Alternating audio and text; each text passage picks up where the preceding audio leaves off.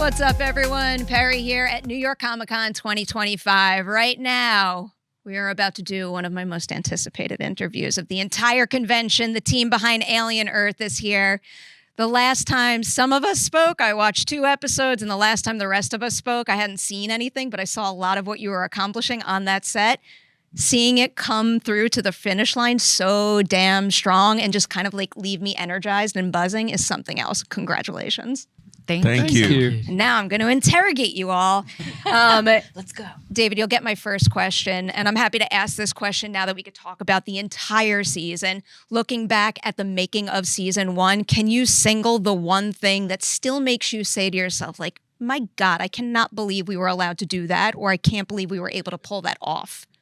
I'd say establishing the world of Alien was an extraordinary achievement. And as you may have heard, as it was shared in some of the early interviews, that we literally went back to the blueprints that were in the Fox vaults and that we were able to recreate that world.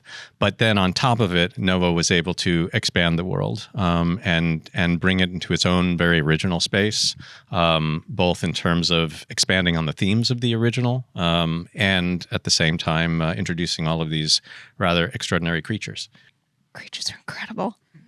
I posted this yesterday because I happen to have been looking back at the set visit photos. I'm obsessed with the Eye Midge, and I love the storyline that creature gets. It's so good. Sydney, I also love your situation with the xenomorphs, and I know you've probably been asked to death about talking like a xenomorph, but I did want to kind of follow up on that a little bit. Because I know that you've said that originally in the script, it was written as Wendy's mouth opens and an alien sound comes out, which is very broad. So it was making me wonder, when you first read that line, what did you think you would have to do in order to pull that off? And how does it compare to the techniques you wound up leaning on to make those sounds? I read it again because I thought I'd lost my mind. I was a bit nervous because it's a bit opaque as far as how does that work. And then David Rishtal, actually, who plays Arthur, gave me a few ideas. I wanted to find something, so I'm not just, her jaw's hanging open. I wanted to give myself a beginning, middle, and end, so I have something to do. So I kind of found this throat constriction and this I don't know what that sound. You guys all had to listen to me make a weird sound. It was really creepy. And, Great. And it was. We were in the room, obviously. Yeah. So they all heard me. Yeah. Can anyone else? You missed it. Actually, quite cat-like. Yeah. Yeah, that's what. And so I did that, and then played with tones. And the sound department, I mean, they just took that and ran with it. They've made something really incredible. I haven't told you this, but there's an actor friend of mine who leaves that as his message on his girlfriend's message. He's recreating that sound. It's kind of creepy, but he's really into it. I don't know if that should scare me. I feel like you're giving me ideas now. There's no way I'm going to be able to do it, but someone will for me. Babou, I'm going to come your way, and I'll fully admit I wrote this question down because it did come to mind while watching the show, and I kind of hate it because it's sad. Have you put much thought into what kind of chief security officer he would have been if he didn't lose his daughter, and how he handled this whole situation might have changed if that never happened? Yeah, of course. I think that's a very important part of his behavior as a person. Like, one of the things I went to with Morrow was his guilt or regret, and the way I've tried to play it out in my mind, I try to visualize it, was that he convinces himself that if he had been there, he would have stopped it. You know, that thing of, if I was there, the fire wouldn't happen, the death wouldn't happen, etc. So who would he have become? Well, I mean, he would have had another purpose. It wouldn't have all been Weyland-Yutani and Get My Creatures. It's like, well, I've also got this very important part of my life. He may have just gone home, had a coffee, smoked a cigar and chilled with his daughter. But unfortunately, that wasn't the case. Is that what you do? Something like that, yeah. I want my favorite television characters to live happily ever after, but at the same time, then I won't get a complex character arc to dig into. And I've Indeed. quite loved what happened to your character this season. It's been a fascinating thing to follow.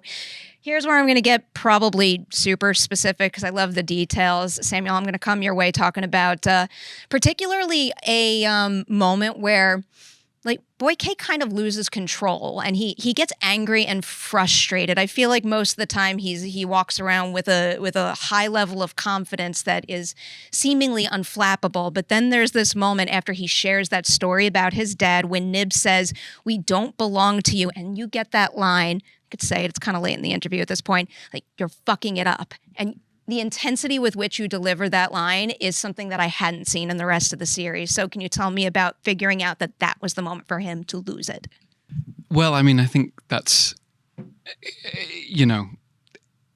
that's the natural arc of where, that character had to go. And it's just a pleasure anytime that you get a chance to peel back the emotional layers of a character. Because I remember having a chat with Noah and I was like, Noah, this guy, he must be a psychopath. Like he must be a sociopath at least. And Noah was very adamant that he isn't a sociopath. And, that suggests to me that he's somebody who has great swathes of his very young life as a child locked away deep inside. And when somebody has those kind of recesses where they hide those kind of traumatic memories, that revealed something to me about what drives him and how in order to survive being in the world, he's had to create this very performative character. So what I really wanted to do in that last episode, he's still performing the hero in his hero's journey, but he can sense that he's losing control and you get a flash of that anger. I think anybody who's driven or who has that kind of thing, maybe this might be reductive, but it's anger. It's a very cool facade and it's anger underneath, and underneath the anger is fear. And, we got a flash of the anger. And we also, I think, got a flash of the fear in that episode when he gets confronted with the Xeno for the first time. And that's a moment for him. It felt very much like, oh, I've got skin.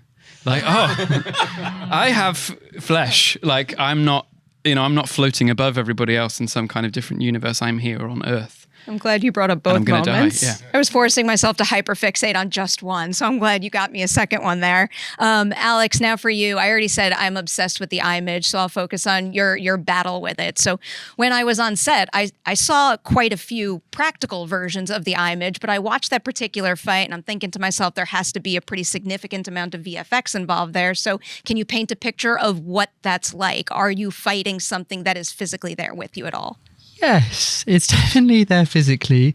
I suppose there's a scale, right? There's Cam, our xenomorph, who's a man in a suit dressed as an alien, on one end of the scale, which is sort of very real. And then there's a physical Eye Midge, but that is also attached to sort of like a retractable wand that the VFX guy, Jeff, is sort of holding in my face and flapping around, and I'm responding to. And then there is and onto that there's sort of dots on my fingers, which they're then calibrating the tentacles, because I suppose animatronics are pretty great. But I suppose there's only so many tentacles that one person can be expected to make work at once. And it was kind of joyous. The trying to take that utmost seriously, and also the kind of thing of like, well, these people have done these VFX things all their lives, so good luck to them to make this make this work. And I think what's so nice then watching the show as a viewer is then you get to see how that practical thing becomes so lifelike in the final cut. Yeah. Really incredible. That was an incredible sequence. And after having only seen it sitting all cute, in a little box, nice and safe, and then seeing a big set piece like that really is something else. Sydney, I'm going to come back your way with a line that I know you've been asked about, but I have to ask about it too.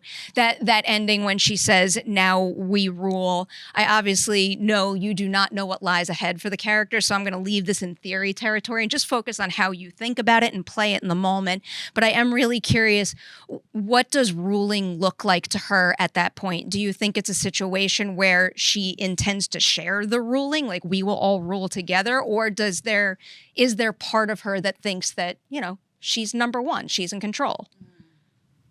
I don't even know if she's thought that far ahead. I read that line for her more as a checkmate to Boy K, and we'll see what happens now. I do think she is a natural leader, and she naturally gravitates towards power and is not aware of that, which I think is a very dangerous space to be. And I also think she's a very black and white character. You're good, you're bad. Brother falls in the middle. We'll deal with that at some point. But having everything in a box is unfortunate when you're met with real life. And all of that stuff that falls into the gray area is something that she's going to have to... I don't know. I don't know where she goes. She thinks everything's fantastic. So, maybe it'll just be rainbows and daisies. I kind of like that positivity and that hopefulness. To follow up and build on that just a little bit, at that point in time, if she had to basically answer this question herself, what do you think she would say if I asked her, what do you think it means to be a good ruler, whether it's solo or with a group of people? To take care of the helpless, I think, and to protect is her main nature. I think she actually gets that from her brother and has just taken it very far. But if you're bad, I think she's quite merciless in that. I think it'd be hard to come back. I think she can hold a grudge. I would believe that. I think she can really hold a grudge. I would definitely believe that at this point. David, I'm going to come back your way now to, lean into season 2. I'm going to manifest it as hard as I can. I am itching for that renewal, and fingers crossed, I do believe you all deserve it again. The show is something else. I know it hasn't come yet, though, so I am curious, just at this point in time, is there any lesson you learned making season 1, or maybe a particular thing that fans responded to that surprised you, that you're at least back pocketing and hoping to use as a positive influence on season 2? I mean, the creative is really all what's gestating in Noah's mind. And what's thrilling is he does have a very strong sense, from what he's shared to date, of where he wants to go and where he's ultimately taking this story. So that's thrilling to know, because that doesn't exist with a lot of series. I think the only part I could really speak to is there were a massive number of lessons learned executing and trying to create something of this magnitude, and trying to hit sort of that qualitative level that really made it worthy of being in the Alien franchise, was a lesson for each and every one of us each day. We hadn't really ever tried to take on something like this, particularly in a series form. So there was a lot to learn about whether the creatures themselves would even work. I mean, one of the things I remember saying to Noah early on is, and I remember Ridley said this to me, it's like, it's one thing to build one creature, to be able to conceive of 4 more fresh creatures and be able to have not only some sense of what their expression, their life cycle, all that we will come to discover about them, but then to manifest them on screen in a convincing way. That's a tall order. I think the part we were most enthralled with is to be able to realize and have a cast like this that can bring these roles forward in such a distinctive and compelling way, because that's really the goal. I mean, if you don't get the visual effects right, you can survive if people are so connected to and so invested in these characters. I think, fortunately, because of the craftspeople we had on this, we hit it on all fronts, and that doesn't happen often, and it's pretty thrilling. You speak the truth, and as you were naming the number of creatures, I haven't even spoken about the Orchid at all. That was another thing that was so lightly teased on set, and I'm like, that sounds like the coolest thing ever, but how are you possibly going to do that? And then I finally saw that scene. I'm like, wow. There was big debate whether we could do it, and whether we get there or not. Siberian RIP. Yeah, that was the only. What a way to go! Yeah, I resent the Orchid. I miss her. I liked her a lot. I was sad to see her go, but also that feels like a death scene that gives you like high honors in the franchise. My kids were happy with that death. I was quite happy as well. All right, last order of business before I let you go is you are the next participants in our Collider bracket at New York Comic Con. Halloween is right around the corner, so it is the best horror villains of all time. You got to pick from one of our villains that are still in round one. So there's a couple options on the board. You can either pick Ghostface going up against Babadook is left. Oh, We've got Babadook because of we've got- Essie, you know. Oh my! Sorry, But- Done. It is. I mean, I would pick.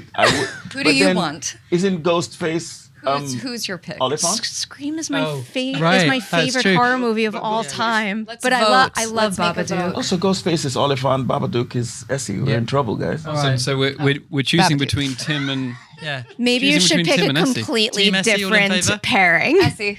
Team Essie. Oliphant. I'm gonna vote for Oliphant. fine. Miss you, Tim. Miss You know what? I can't. David, what about you? You'll have the deciding Scream. vote. You're the I producer. love them all equally. I appreciate that. I appreciate. That's not helping us. Iconic. It is iconic. So wait, how many Essie? I love how I'm calling Babadook Essie now, but it kind of is.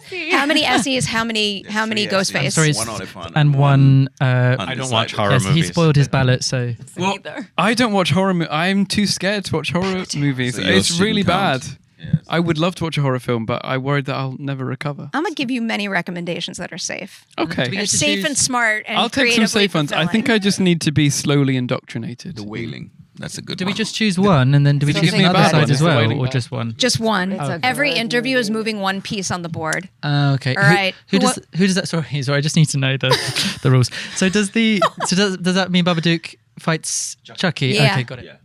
So you're That's into a good this. lineup. If So you we're guys are doing okay it. All with right. that. Do you want to do Sorry the to take honors out and move it on the Scream. board? Sure. Yeah. Listen, I feel like I dug myself this hole given Essie is in, and also Babadook is great. You can just pull that off. There's a piece of sticky tack behind it. Yeah, and then just move it onto Chucky. There we go. Man, look at all these classic characters that have been know. left behind. So Sorry, scared of guys. this board. Kills me. You know, they're all Babadook. right. With What, that- is that the Grudge at the bottom? The Ring. The Ring. I mean, it's over. The Ring's gonna win in the end. I've watched a little bit of The Ring, actually. That's a big opinion there. I think so. It's good. Pinhead, though. Did you like it? Pinhead's, like it? No, it was Pinhead's terrifying. quite good too. Yeah. All right. Yeah, I got So scared. clearly I have feelings. I'm not allowed to suck up all your time with my feelings about horror villains, but I can say again, Alien Earth season 1, my God, phenomenal. Manifesting more because you deserve it. Thank you for being here and sharing some of Thank your you. experience Thank with you us. so Thanks very much.